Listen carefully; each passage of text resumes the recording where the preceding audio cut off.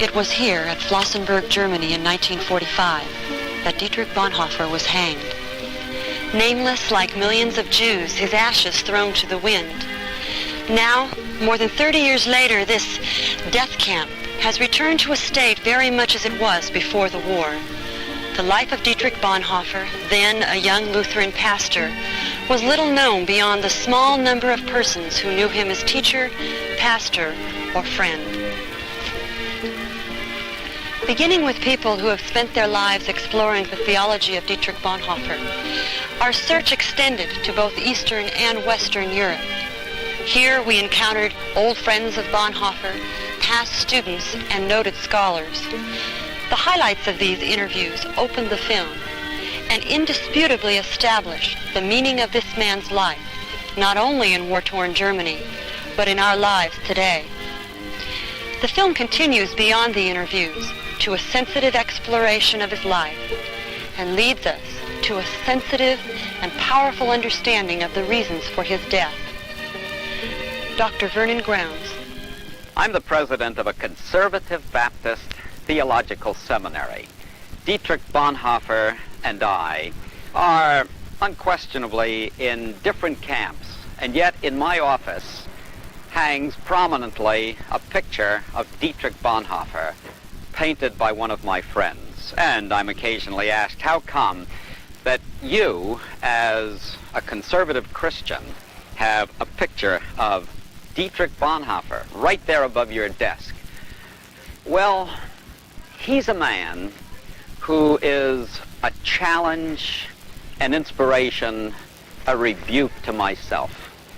He's a man who, as I read his biography especially and follow him through those days of imprisonment and then victorious martyrdom, speaks to me, and he speaks to the very depths of my psyche. A man of courage, a man of honesty, a man of conviction. And I look at the portrait of Dietrich Bonhoeffer and pray that God may give me grace to live out my discipleship with something of the same honesty and courage and steadfastness and integrity. Robert Blaney and Robert Hawthorne spent a summer in Europe with a group of persons studying Dietrich Bonhoeffer. We asked them what they felt was the central theme of Bonhoeffer's life for us today. I guess it's to be aware that the Christian faith will not be all sweetness and light, that there will be times of real testing. We haven't even maybe approached these times of testing in America. That as we try to take on, in whatever limited way we can, the sufferings of other people, we're not just doing some good as Christians, do-gooders off here, a sort of an appendage to the faith. This is the very heart of the faith for Bonhoeffer. It's the way you enact the faith. And for me, the most important thing that Bonhoeffer had to say was that Christ is found in persons. In other words, we come to know the love of God through persons. And one author has said Jesus serves as a window to God or for God. And it seems to me that each one of us is called in this day and age to serve as windows for God, for other persons. To me, Bonhoeffer is simply the triumph of the practical over the theoretical. He lived his faith in the midst of human suffering. Dr. Eberhard Bethke was a student of Bonhoeffer at the Preacher's Seminary for the Confessing Church at Zingst, near the Baltic Sea. Dr. Bethke, close friend and later Bonhoeffer's noted biographer, recounts the early seminary experience. He began teaching the very first chapters which you can read now in the Course of Discipleship. These were the years in which he had come to that point to recheck our Reformation tradition, what we have done with grace, cheap grace, costly grace, and these very terms he was teaching us, and then making these statements which you read there, that only he who believes is obedient, but only he who is obedient believes. And this making exchangeable, balanced counterparts of the same thing, where we had learned grace, grace, grace, and maybe sometimes works, obedience, yeah. That made us first a little bit rebellious, because we thought, is that real Reformation theology? But he exactly wanted to state, yes, this is Reformation theology. Costly grace, believing obedience, and obedient faith. Tell me about the first time that you met Dietrich Bonhoeffer. Well, I happened to meet him because in New York, because he was, as I was myself, a fellow having got a scholarship from the Union Theological Seminary. What were your impressions of Bonhoeffer? I would say the main thing was his quietness, his smiling quietness, and in the same time a feeling of strength. He was absolutely wonderful in his way to listen. He was able to listen. He would speak only when it was necessary, and he had the gift to make people speak. And so immediately one would feel confident in his presence. In East Germany, we met with Bishop Albrecht Schonherr. Bishop Schonherr was a student of Bonhoeffer's at Berlin University and also attended the preaching seminary at Zingst and Finkenwalde. He affirmed that to understand Bonhoeffer's work, it is imperative that we understand his personal biography. Einfluss, sein Bruder war Atomphysiker. Das hat auf ihn einen gewissen Eindruck gemacht. Bonhoeffer came from a family which was heavily influenced by natural science. His father was a renowned psychiatrist, heavily influenced by the scientific influence. His brother was an atomic physicist, and he came from this context. Und hat nun sagen und zeigen wollen, dass auch das, was uns der Glaube lehrt, eine Wirklichkeit oder überhaupt erst die umfassende Wirklichkeit ist, in der auch naturwissenschaftlich zu verstehende Wirklichkeit einen Raum hat. And he tried to show that that which we can learn from faith is the comprehensive reality in which we can deal with scientific reality. That it is not relating to one province in man, the religious province, beside other provinces he has, yeah? But he wanted that the whole man in his civic responsibility, in his personal responsibilities, and of course in his guilt feelings too, but mainly in his job too. Maybe economically or politically or wherever. That whole thing is challenged by the very person of Christ. What did he feel the witness of the church should be?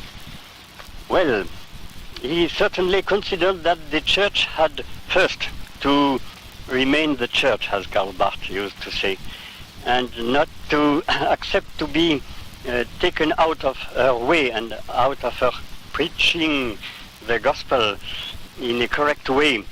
And he certainly had realized that it was necessary for the church sometimes to say no. And the problem for him was to know where and when the church had to say no. He was very interested in civilian disobedience, as it was taught by Gandhi, you know. And he felt that Christians then should disobey. Certainly. But the problem for him and for all of us was to discover when was the right time and about what problem. He was very much concerned with the growth of militarism and nationalism and heathenism. They all go together, always, of course. Now, the new question Nazism posed to us was not just reviving old German militarism, but introducing into our public life the racism, the anti-Semitism, the Jewish question, first making one part of our population secondary citizens in the country, and then separate them by further legislation from the community, and at the end, as we all know, trying to destroy the European Jewry totally. and he had realized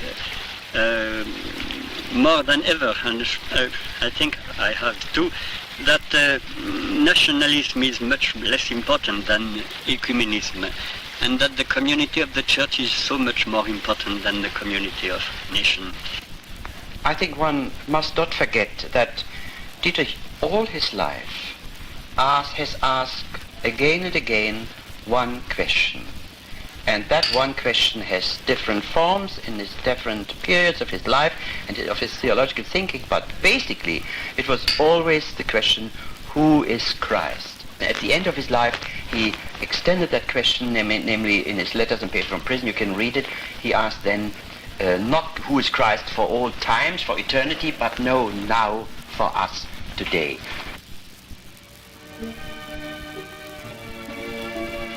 Who was Dietrich Bonhoeffer?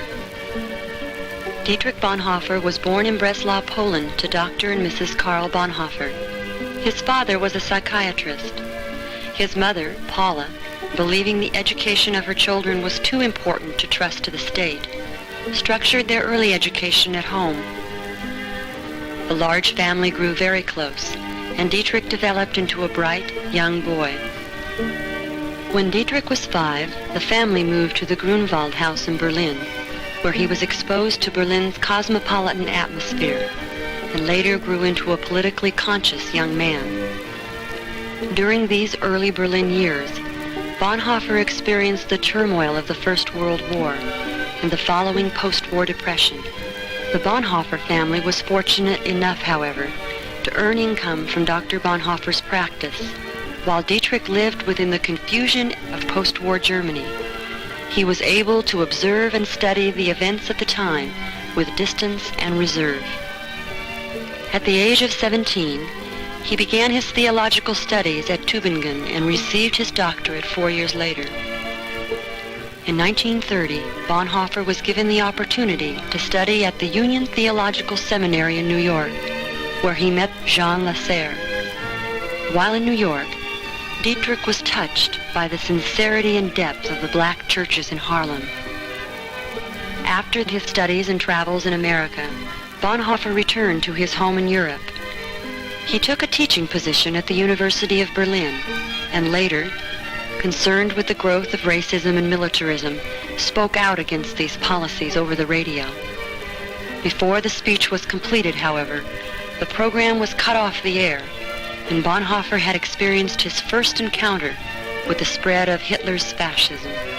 The Christian pastors found themselves having to choose between adopting Nazi doctrine or leaving the church to follow the path of their conscience. Bonhoeffer was asked to organize an underground seminary at Zingst on the Baltic Sea to train new pastors independent of the Nazi influence. It gave me great joy to watch these students grow as we studied the scriptures together. I required them to spend long hours by themselves with short pieces of scripture, allowing the teachings of Jesus to penetrate their daily lives. I was very much aware of the necessity of a deep spiritual consciousness if we were to effectively oppose the insidious power of the Nazi Third Reich. I encouraged them to spend time walking alone in the woods, then to return to bring their personal experiences into our corporate hall.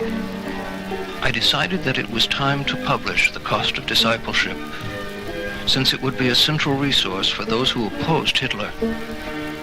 Even though they closed the seminary, we continued to secretly train pastors for the confessing church.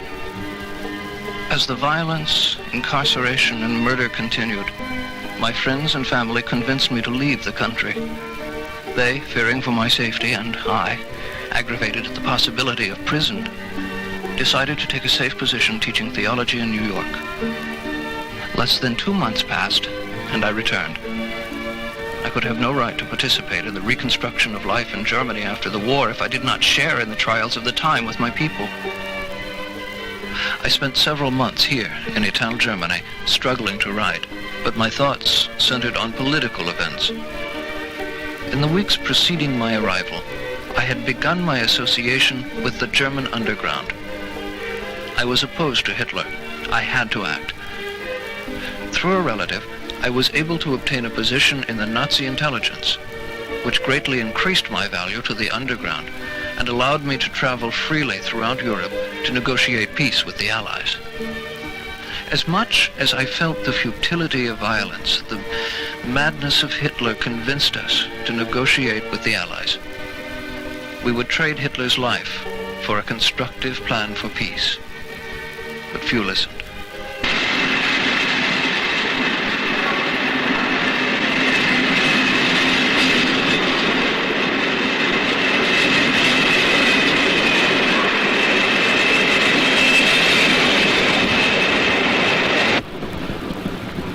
How is it that I find myself praying for the defeat of my own country? How is it that the country of Bach, of Luther, of Freud, of Goethe is being transformed into a crude and ruthless machine of madness? We are finding it necessary to split completely from the German Lutheran Church because of its close support of the Nazi regime. Christ is not contained by tradition or by buildings, but rather is found in the hearts of people.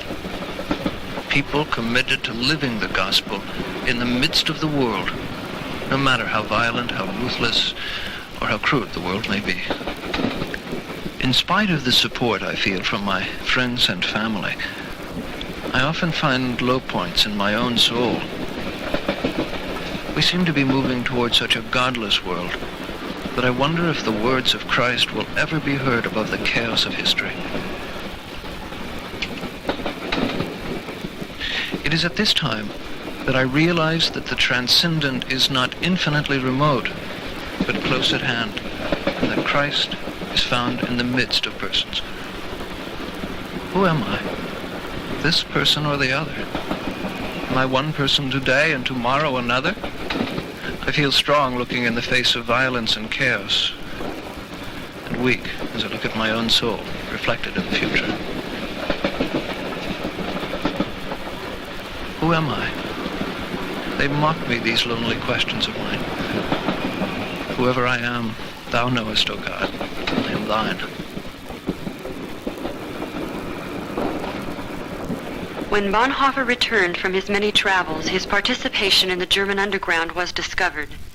He was arrested on April 5, 1943, and taken to Tegel prison. Here he maintained contact with friends and family through his fiancée.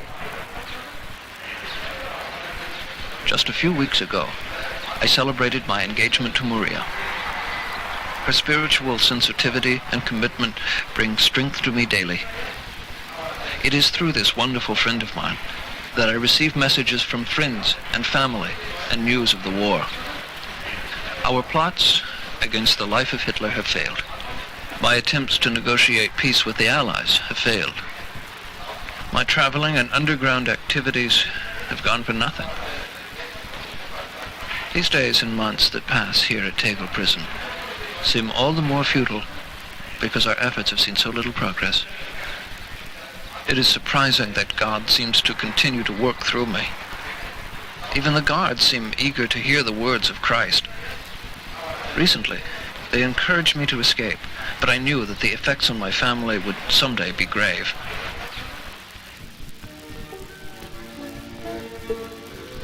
In my dreams, I live a great deal in nature. In the woods, the meadows, the mountains, the streams. I lie on my back and watch the clouds sailing past on the breeze and listen to the murmur of the wood. God touches us at these simple times. What a profound effect such memories of childhood have on the human character. These rich experiences of solitude from my childhood belong to me, make me what I am today. Moments of the past flow through my mind. Moments I spent with my closest friend, Eberhard Bethke, a student of mine.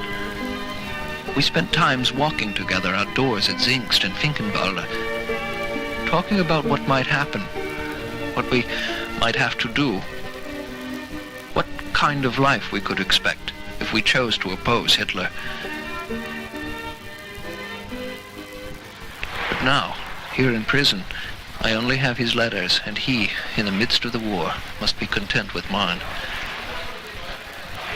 If I could only look into his face and share that depth now. A simple life. The thought of it seems ludicrous in today's world. But simplicity is a gift and never should be taken for granted.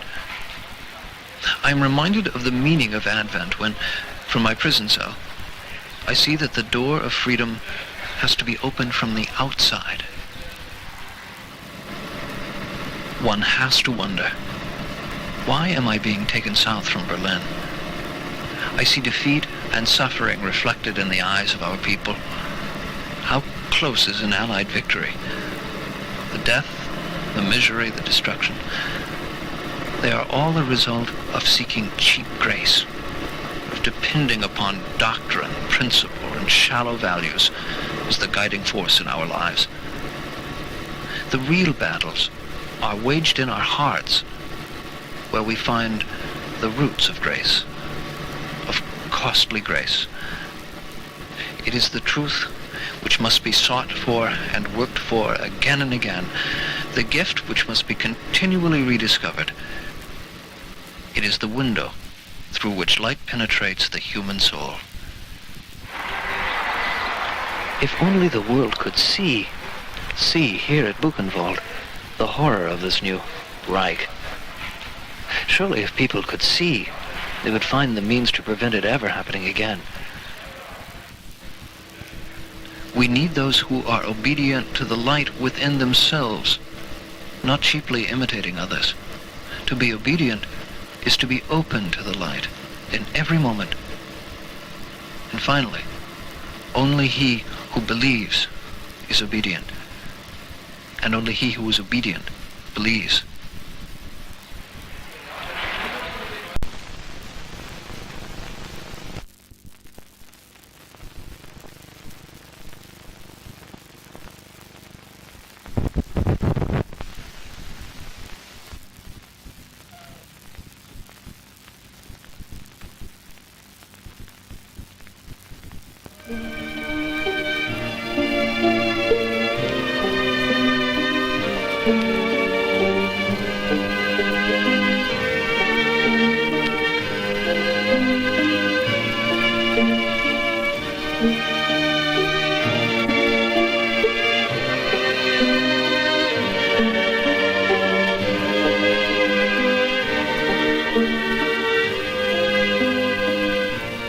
It was here at Flossenburg, Germany in 1945 that Dietrich Bonhoeffer was hanged. Nameless like millions of Jews, his ashes thrown to the wind. Now, more than 30 years later, this death camp has returned to a state very much as it was before the war. The life of Dietrich Bonhoeffer, then a young Lutheran pastor, was little known beyond the small number of persons who knew him as teacher, pastor, or friend. Beginning with people who have spent their lives exploring the theology of Dietrich Bonhoeffer, our search extended to both Eastern and Western Europe. Here we encountered old friends of Bonhoeffer, past students, and noted scholars. The highlights of these interviews opened the film and indisputably established the meaning of this man's life, not only in war-torn Germany, but in our lives today. The film continues beyond the interviews to a sensitive exploration of his life and leads us to a sensitive and powerful understanding of the reasons for his death. Dr. Vernon Grounds. I'm the president of a conservative Baptist theological seminary. Dietrich Bonhoeffer and I are unquestionably in different camps.